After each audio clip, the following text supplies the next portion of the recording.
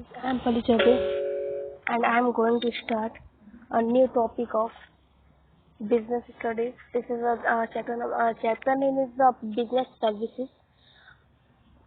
Secondary functions. The secondary functions of the commercial bank are as under. Agent functions. As an agent of its customer, a commercial bank provides the following service. अपने customer को commercial bank जो है वो कुछ service provide करवाती है, जैसे कि collecting bills of exchange, promissory note and cheque. जैसे कि बिल ऑफ एक्सचेंज को कलेक्ट करती है, प्रॉमिसरी नोट और चेक प्रोवाइड करवाती है। कलेक्टिंग डिविडेंड्स, इंटरेस्ट एक्सेट्रा, और कुछ डिविडेंड भी यानी कि इंफॉर्मेशन भी कलेक्ट करती है और इंटरेस्ट भी प्रोवाइड करवाती है। Buying and selling share, debentures and other securities, और कुछ खरीदने या मतलब बेचने पे कुछ शेयर्स भी कुछ शेयर्स खरीदती है, कुछ उसको बेचती है, कुछ शेयर्स, हाँ, डिबेंचर और अदर सिक्योरिटीज भी उन लोग को प्रोवाइड करवा देती है। Payment of interest, insurance premium etcetera, और जैसे कि कुछ इंटरेस्ट होता है तो वो भी पेमेंट करती है, यानी कि अगर प्रॉफिट हो रहा है तो उसमें जो प्रॉफिट में जो प्रॉफिट जो हुआ रहेगा उसमें जो इंटरेस्ट बनता है उनको देती है। और उसमें इंश्योरेंस भी उन लोगों का कराती है कि कोई भी अन इवेंट इवेंट कोई सर्टेनिटी कोई भी रिलेटेड टू बीमारी हो जाए या फिर कोई एक्सीडेंट हो जाए, इसलिए भी इंश्योरेंस भी कराती है इन लोगों का कि उससे भी इन लोग का कुछ फायदा और सिक्योरिटी रहेगी। Transforming fund from one branch to another and from one place to another, और इसकी ब्रांच जो है एक प्लेस से दूसरे प्लेस से फंड्स को वो ट्रांसफर करती है, और एक ब्रांच से दूसरे ब्रांच को ट्रांसफर करती है। Acting as an agent of representative while dealing with other banks and financial institution, यानी कि जो एजेंट होते हैं, जो रिप्रेजेंटेटिव होते हैं, वो डील करते हैं दूसरे बैंक से, फाइनेंशियल इंस्टीट्यूशन से। A commercial bank perform the above functions on behalf of and as per the instruction of its customer, यानी कि कमर्शियल बैंक जो है परफॉर्म करती है कुछ फंक्शंस जो कि कुछ इंस्ट्रक्शन और कुछ कस्टमर के हित में करके उनके हित में, कस्टमर के हित में, और कुछ इंस्ट्रक्शन के बिहाफ पे वो कुछ रूल्स एंड रेगुलेशन बनाती है।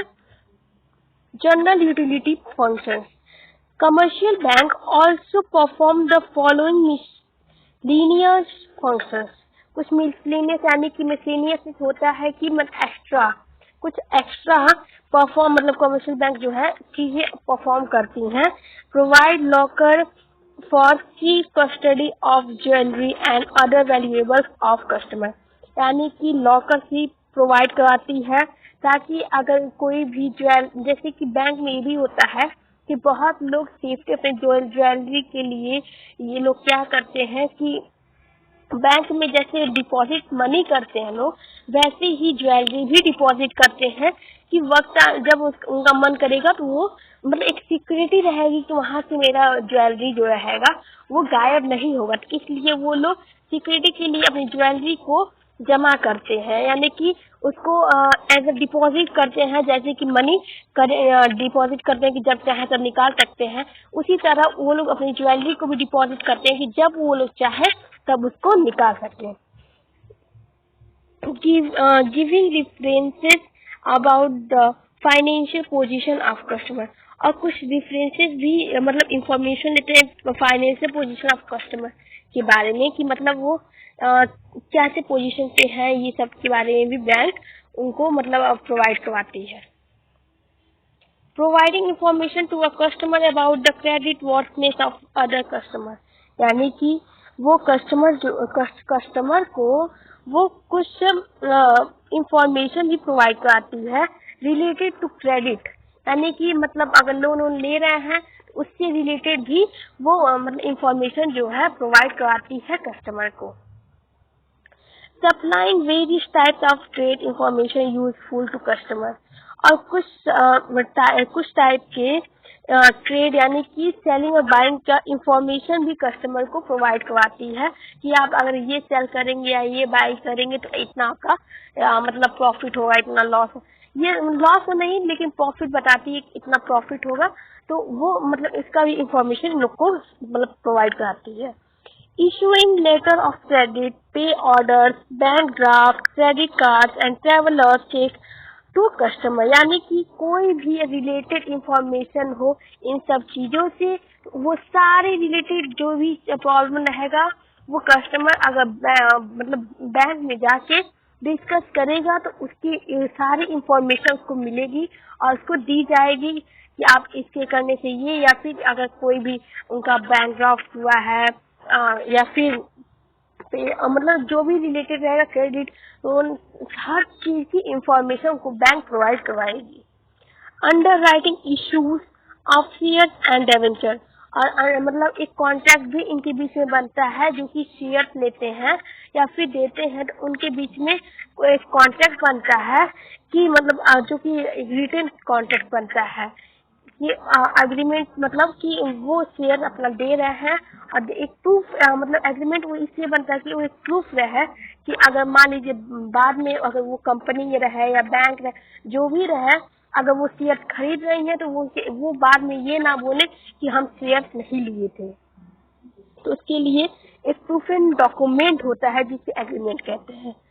Providing foreign exchange to importers and travellers going abroad, यानी कि मतलब कुछ मतलब अगर क्योंकि इस समय ग्लोबल इक्विटी चल रहा है तो उससे मतलब सेलिंग हो रही है आउट ऑफ द कंट्री, फिर इंपोर्ट भी हो रहा है, एक्सपोर्ट इंपोर्ट दोनों हो रहा है, तो उसके लिए भी उनको मतलब जो फॉरेन एक्सचेंज है यानी कि वो सब भी प्रोवाइड कराया जा रहा है कमर्शियल बैंक के द्वारा। उसके बाद आता है bank draft. It is a financial instrument, है with the help of which money can be remitted from one place to another. इसके हेल्प के द्वारा मनी जो है वो रिमिटेड किया जाता है एक प्लेस से दूसरे प्लेस तक। Anyone can obtain a bank draft after depositing the amount in the bank। जैसे कि अगर कुछ अमाउंट अगर वो डिपॉजिट करते हैं, बैंक ड्राफ्ट का मतलब ये होता है कि अगर कुछ आपकी मनी है बैंक में तो आप उससे मतलब उससे भी ज्यादा, जैसे मतलब जितना है उससे भी ज्यादा आप लोग यूज कर रहे हैं, उसको बैंक ड्राफ्ट कहते हैं। यानी कि वो ऑब्टेन कर रहे हैं बैंक ड्राफ्ट से आफ्टर डिपोजिट, यानी कि कुछ बैंक में डिपॉजिट किए हैं उसके बाद से वो बैंक ड्राफ्ट से ले रहे हैं। The bank issues a draft for the amount in its own branch at other places or other banks only in case of tie-up with those banks on those places. The payee can present the draft on the dry bank at his place and collect the money. Bank charges some commission for issuing a bank draft। अगर वो use कर रहे हैं पैसे को bank से निकाल के, मतलब जितना इनका डिपॉजिट नहीं है बैंक में उससे ज्यादा अगर ये यूज कर रहे हैं बैंक से निकाल के, तो अगर ये पेमेंट नहीं करते हैं तो जो उनका मतलब जो बैंक वाले लोग हैं यानी कि जो उनको लोन लिए हैं तो वो क्या करेंगे, इनके घर से जाके और इस इश्यू के लिए कुछ चार्जेस भी पे, मतलब कुछ चार्जेस अगर वो लोन लिए तो उनके लिए कुछ चार्जेस भी पे करना पड़ेगा उनको, और उसकी बाद से वो बैंक वाले जो होते हैं वो ले लेते हैं कोई भी अगर प्रॉपर्टी रहेगी, या अगर आप पे नहीं करते हैं तो उनकी मतलब कोई प्रॉपर्टी रहेगी जो कि उतने की रहेगी तो वो चीज को ले लेंगे। अगर कुछ नहीं बचता अगर उनका घर होगा तो वो घर भी ले सकते हैं अगर वो पे नहीं करते हैं at the time. Bankers cheque और pay order, it is almost like a bank draft. ये भी एक बैंक ड्राफ्ट की तरह ही होता है जिसमें कि it refers to that bank draft which is payable within the town, जो कि एक टाउन में ही पेबल किया जाता है पैसे को। In other words, bank issue pay order for local purpose and issue bank draft for outstation transaction, यानी कि एक तरह से बोल सकते हैं कि बैंक इशू जो होती है मतलब पे ऑर्डर पे, उसके लोकल पर्पज के लिए issue bank draft for out station transaction, और आउट स्टेशन ट्रांजेक्शन भी होती है बैंक ड्राफ्ट के लिए। Electronic banking services, E banking, use of computers and internet in the functioning of the bank is called electronic banking। Electronic banking वो होता है जो कि हम लोग इंटरनेट कंप्यूटर के द्वारा करते हैं, यानी कि हम लोग इलेक्ट्रॉनिक के द्वारा करते हैं, इलेक्ट्रॉनिक चीजों के द्वारा करते हैं, तो उसे हम लोग ई बैंकिंग कहते हैं। Because of this services, the customers do not need to go to the bank every time for every transaction। यानी कि इसमें ये रहता है कि वहाँ कस्टमर का टाइम और कस्टमर की मतलब अगर कहीं भी कस्टमर है तो वो पे कर सकता है, और वो और उसको क्रेडिट भी कर सकता है, निकाल भी सकता है, हर चीज कर सकता है ऑनलाइन।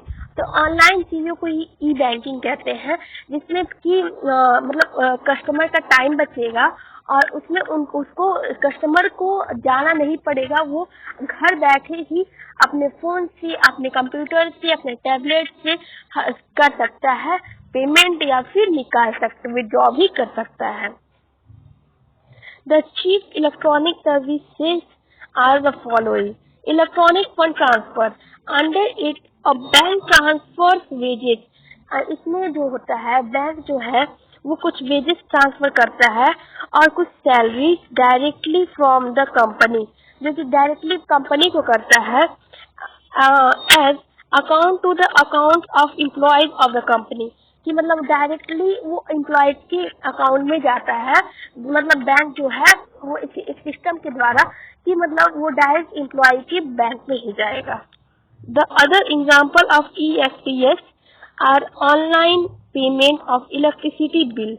ये जो अदर मतलब है जो इलेक्ट्रिसिटी बिल के लिए है, water bill, insurance premium, houses tax etcetera. Example: automatic teller machine, ATM। ATM is an automatic machine। ATM एक ऑटोमेटिक मशीन है। With the help of this, money can be withdrawn or deposited by inserting the card and entering personal identity number, जिसको हम लोग pin बोलते हैं। This machine operates for all the 24 hours। यानी कि ATM machine वो होता है जिसमें लोग मतलब पहले तो बात ये है कि ये 7 दिन और 24 घंटे ये खुला रहता है, और इससे मतलब ये आप कहीं भी हो, आप इसके द्वारा आपको ज़्यादा लाइन नहीं लगाना पड़ेगा। इसके द्वारा आप पैसे को निकाल सकते हैं और इसमें डिपॉजिट भी कर सकते हैं। इसमें ये होता है, देखिए ATM अब हर जगह खुलने लगी है, मतलब विलेज में पहले टाउन एरिया में तो रहते ही हैं, विलेज एरिया में थोड़ा कम रहती है, तो अब विलेज एरिया में भी ATM खुलने लगे हैं। तो ATM से ये रहता है कि अपना कार्ड स्विच कीजिए, उसमें खुद का मतलब हर पर्सन का एक खुद का पिन होता है जो कि डालना रहता है, और अगर विड्रॉ करना चाहे तो विड्रॉ कर सकते हैं, और डिपॉजिट करना चाहे तो डिपॉजिट।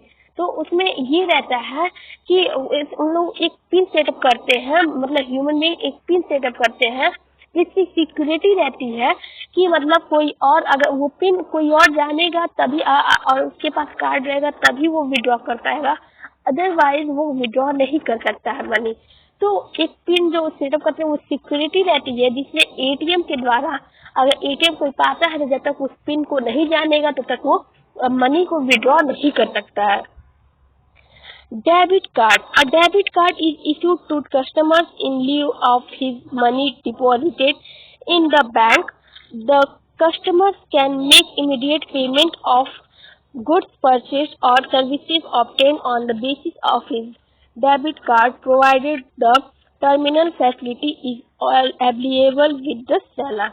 यानी कि डेबिट कार्ड वो होता है जिसमें जो सेलर, जैसे मान लीजिए सेलर है, तो सेलर जो सामान अगर किसी को देता है तो वो जो रिटर्न में जो उसको कैश में जो सामान मान लीजिए वो हमको दे रहा है, तो हम जो होंगे वो डेबिटर होंगे, यानी कि debit.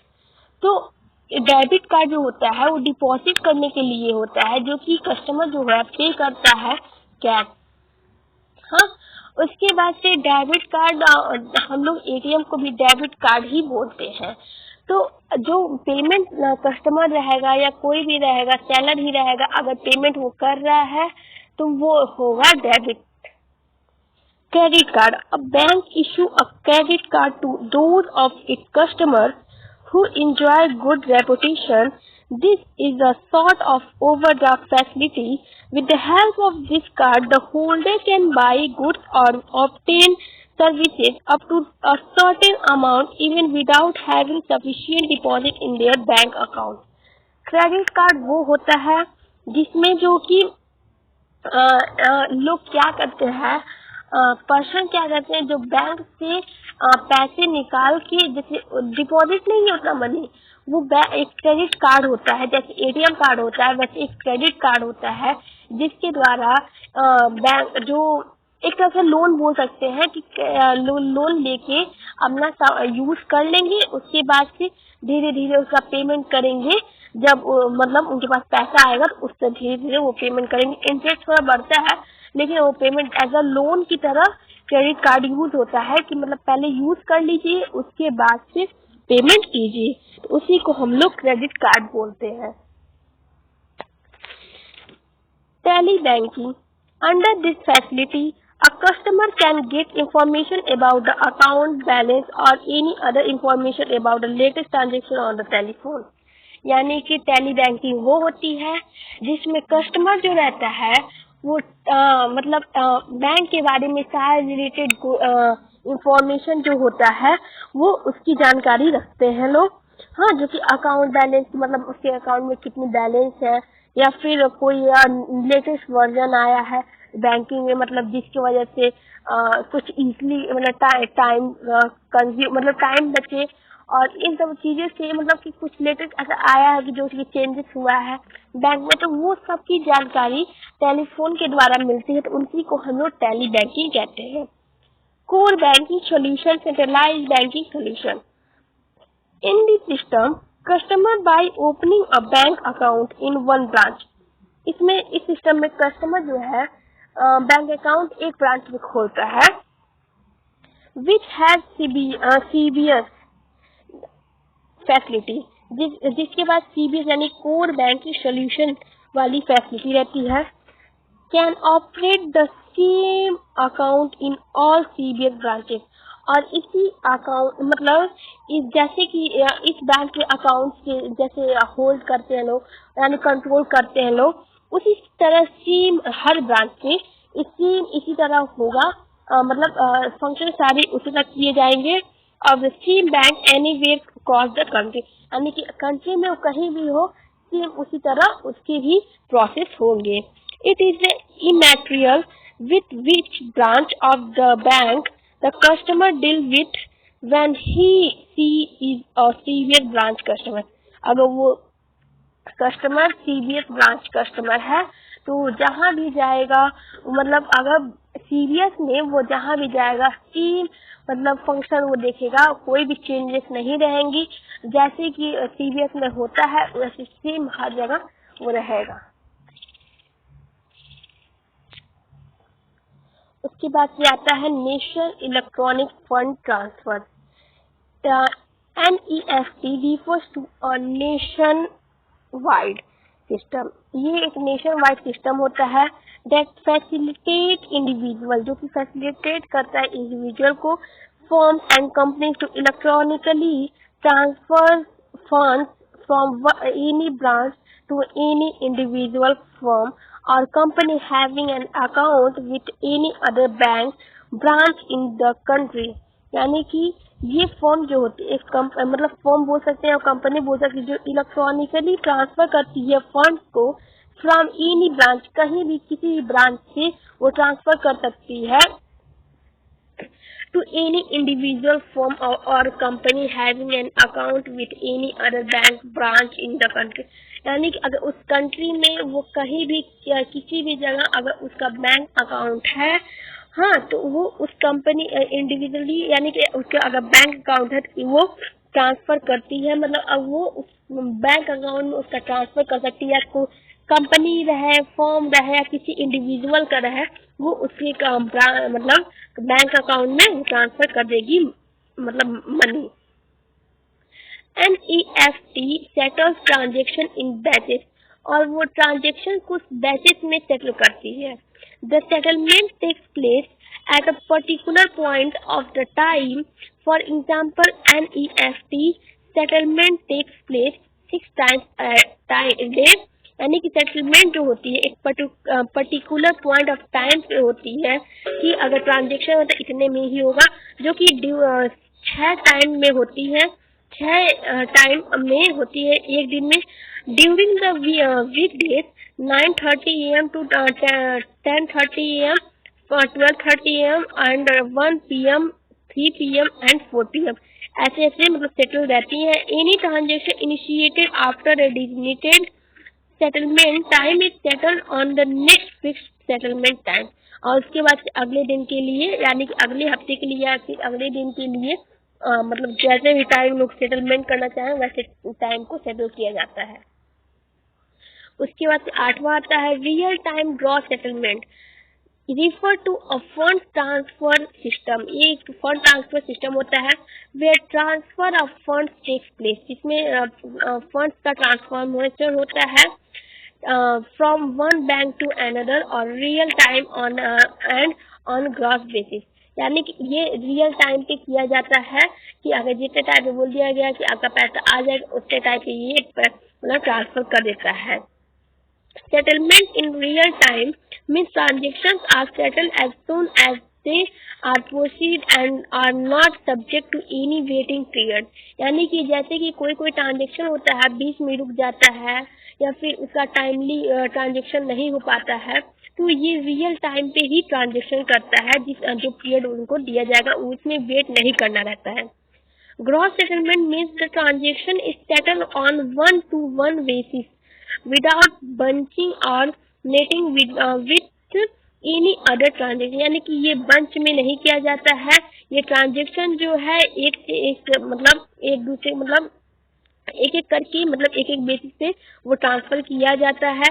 This is the fastest possible money transfer system through the banking channel, और ये fastest possible money transfer system है जो कि एक चैनल के द्वारा बैंकिंग चैनल के द्वारा इसको ट्रांसफर किया जाता है। The RTGS services for customers is available from, मतलब ये भी टाइम दिया है कि इस टाइम पे ये ट्रांसफर होता है। The basic difference between RTGS and FT is that while RTGS transaction are proceed continuously, NEFT मतलब ये एक बैचेस में सिलेक्ट करके उसके बाद NEFT का मतलब ट्रांसफर होता है, लेकिन इसका डे रेगुलरली होता है, यानी कि कंटिन्यूअसली ये करता रहता है। इसमें ये बैचेस और फिर अलग मतलब इसमें इंडिविजुअली RTGS में ट्रांसफर किया जाता है। Benefit of e-banking to customer. E-banking provide 24 hours a day at 365 days और year services to the customer, यानी कि e-banking में 24 घंटे जो है सर्विस ऑनलाइन रहती है, यानी कि सर्विस प्रोवाइड कराया जाता है कस्टमर को। Customer can make transaction from office और हाउस और वाइल ट्रेवलिंग या मोबाइल टेलीफोन। कस्टमर जो है इसमें ऑफिस मतलब रहे या हाउस पे रहे, कहीं भी रहे या मोबाइल कहीं ट्रैवलिंग कर रहे हैं वहीं से मोबाइल से यानी कि टेलीफोन के द्वारा या वो ई बैंक ट्रांजेक्शन कर सकते हैं। There is a greater customer satisfaction through e banking as it offers unlimited access and great security as they can avoid travelling with cash, यानी कि वो ट्रैवलिंग मतलब ई बैंकिंग से कस्टमर जो है मैक्सिमम उनको सेटिस्फेक्शन मिल रही है और अनलिमिटेड एक्सेस मिल रही है, कुछ सिक्योरिटी भी होती है और वो ट्रैवलिंग को भी अवॉइड नहीं मतलब वो चाहे कि मतलब बहुत लोग होते हैं डर लगता है कि ज़्यादा पैसा लेके जाएंगे तो फिर कहीं कोई छीन ना ले या फिर कहीं गिर ना जाए, ये सब मतलब डर रहता है। तो उससे ये भी रहेगा कि कैश का उसमें दिक्कत नहीं होता है कि अगर आप जब भी चाहे, अगर वो कहीं भी एटीएम हो या फिर कहीं भी ई बैंकिंग से आप पैसा ट्रांसफर करके निकाल सकते हैं। उसमें इसका भी अवॉइड किया जाता है कि अगर ट्रैवलिंग कर रहे हैं तो विथ कैश, तो मतलब अगर आप चाहें तो जब चाहें तब आप कैश पैसा निकाल सकते हैं। Benefit of e banking to bank. E banking lower the transaction cost. जो ई बैंकिंग है वो लोअर कर देती है ट्रांजेक्शन कॉस्ट को। Load on branches and can be reduce by stabilising centralised database. यानी कि लोड जो है ब्रांचेस, जैसे कि पहले बहुत लंबी लंबी लाइन मतलब बैंक में लाइन में लगती थी, फिर बहुत सारे इश्यूज भी आते थे, तो वो सब लोड जो है ई बैंकिंग के कारण कम हो गया। E-banking provides competitive advantage to the bank, adds value to the banking relationship। यानी कि कुछ competitive advantage भी बैंक को वो प्रोवाइड कराती है और कुछ value of the banking relationship. Thank you guys, to lecture finish। Tomorrow I will start insurance lecture। Please subscribe the channel and press the bell icon।